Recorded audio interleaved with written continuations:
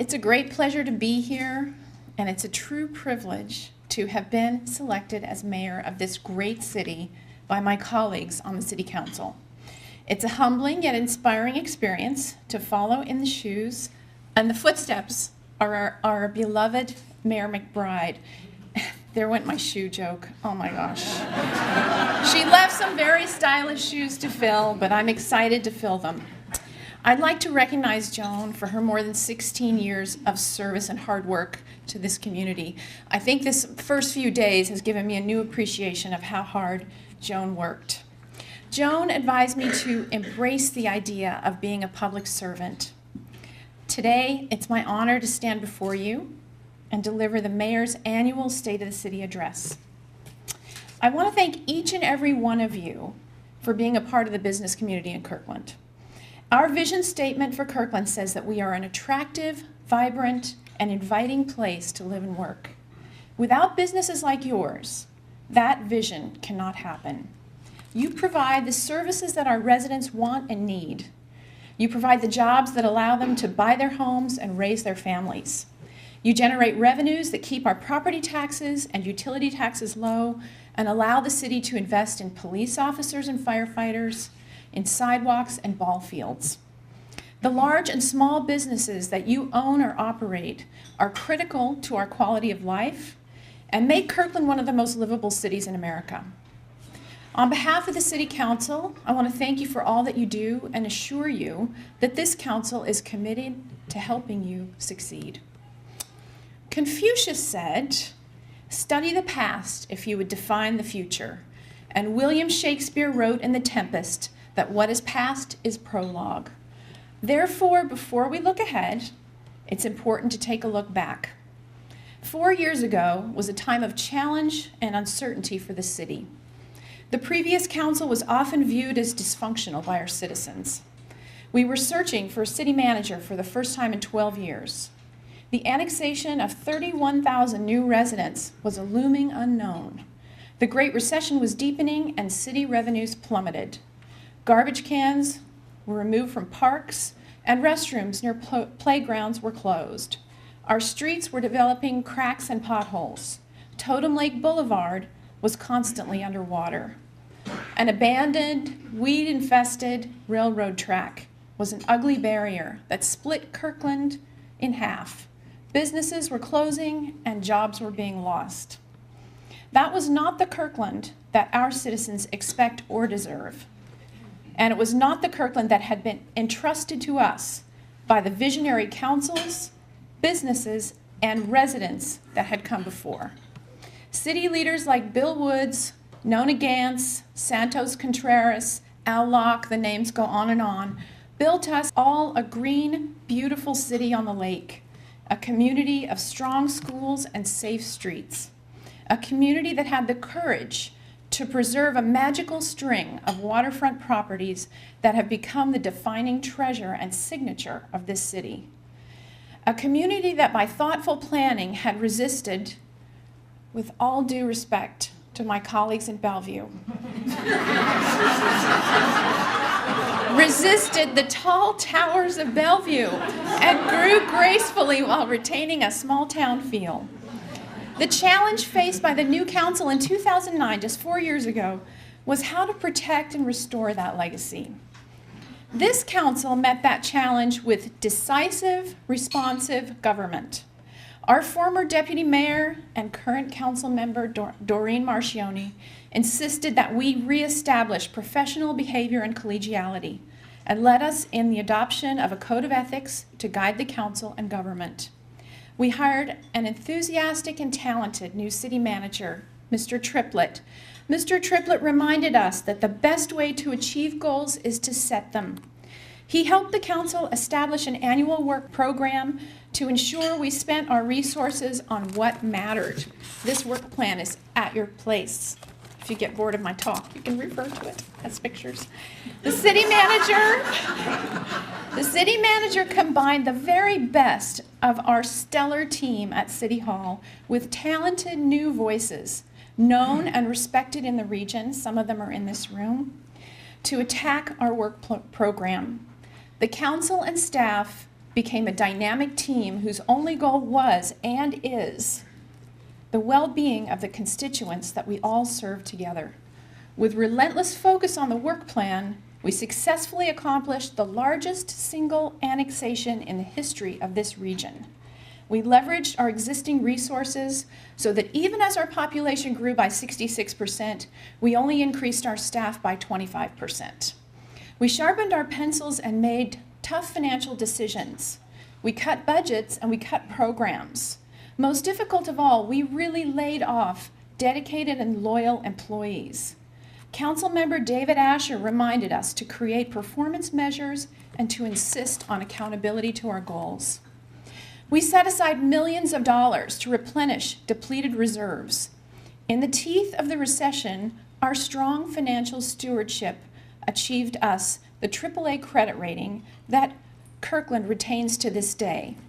We proposed prudent investments to our citizens who overwhelmingly passed our parks and street levies in 2012.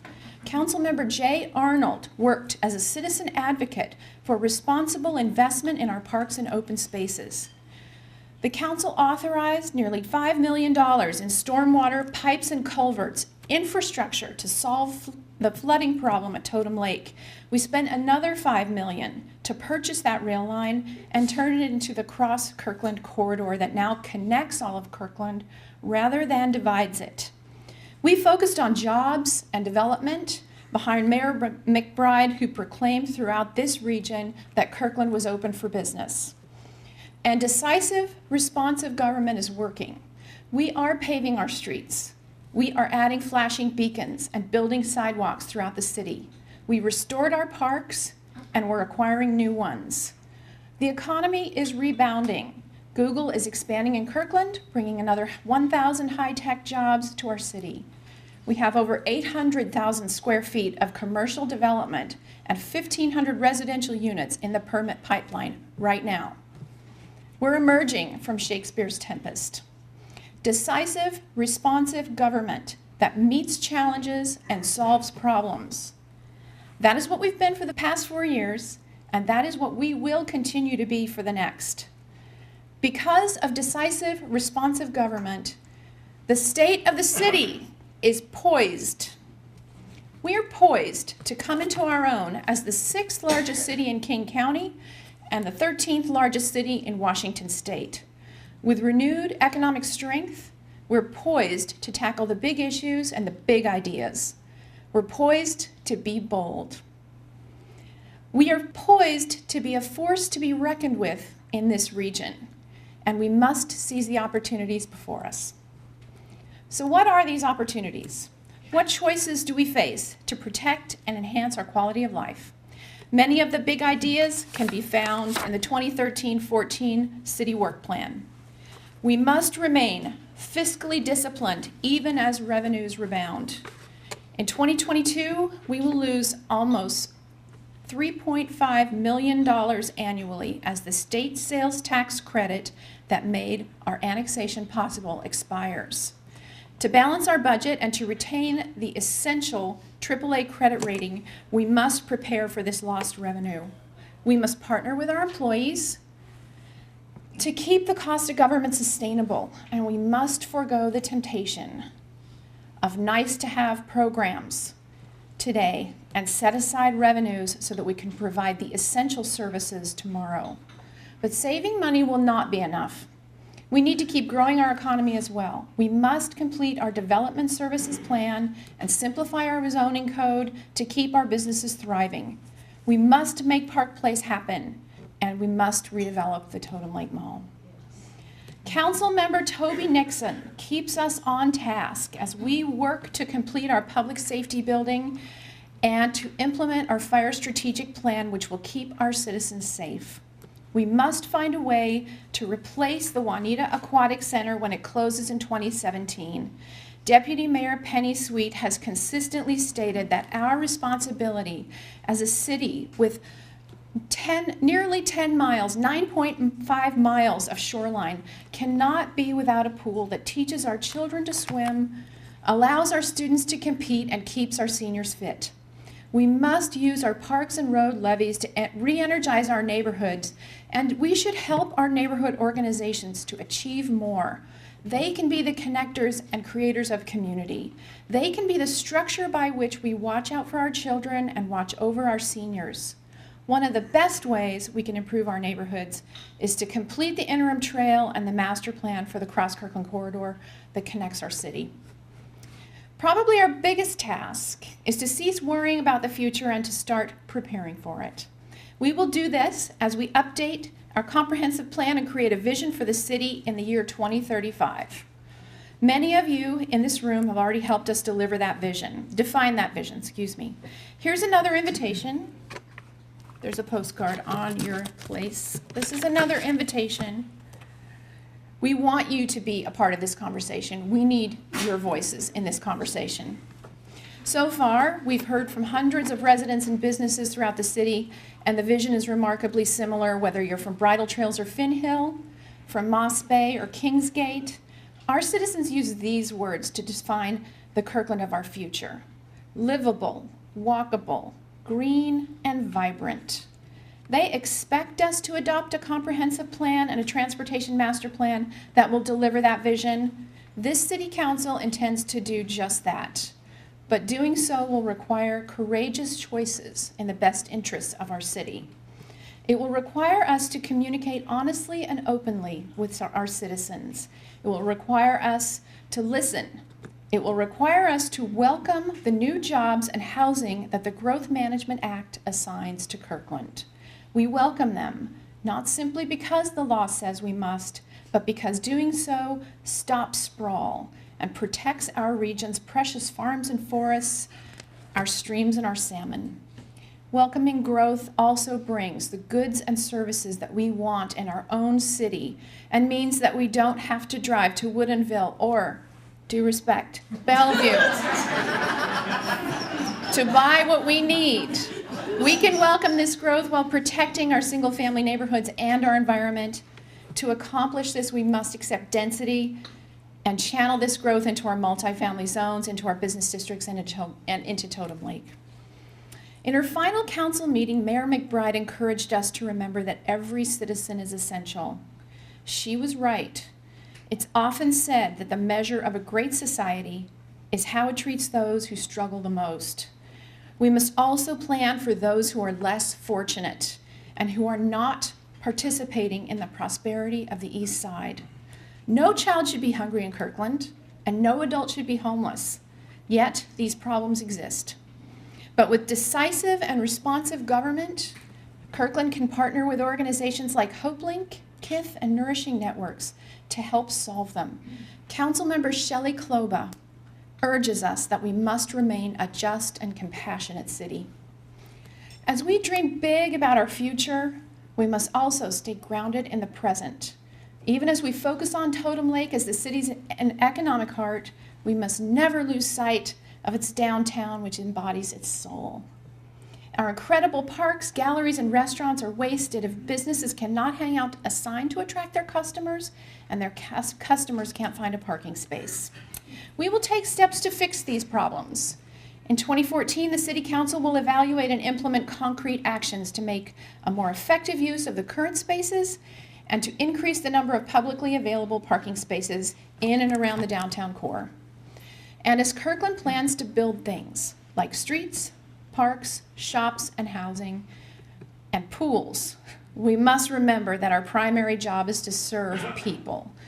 We work hard at listening and at solving problems, but we can always improve. Cafe Ladro's posts a sign that says, "We believe that profound service changes the world." Kirkland should strive to provide profound service. I'll be asking my colleagues on the council to join me in creating a customer service initiative and a customer service pledge for Kirkland. We will demonstrate our commitment to responsive government by providing the very best customer service in the region. My husband and I own Ford Hyundai of Kirkland. Ford's national campaign is that "and" is much better than "or." So it's better to get great gas mileage and great comfort rather than great gas mileage or great comfort. This "and" is better than "or" is also true for Kirkland. Our citizens want a Kirkland that is green and vibrant, not a Kirkland that is livable or walkable. Kirkland City government must continue to be decisive and responsive. We must solve problems and meet challenges. We can plan for cars and buses, bicycles and pedestrians. Working together, we can have great businesses and great neighborhoods. We can have a thriving economy and a healthy environment. We can achieve prosperity and leave no one behind. This can be done by 2035, and we should strive to achieve it today. As your new mayor, I pledge myself to working with all of you and the City Council to make this vision possible. And together, we'll keep Kirkland the most livable city in America. Thank you so much.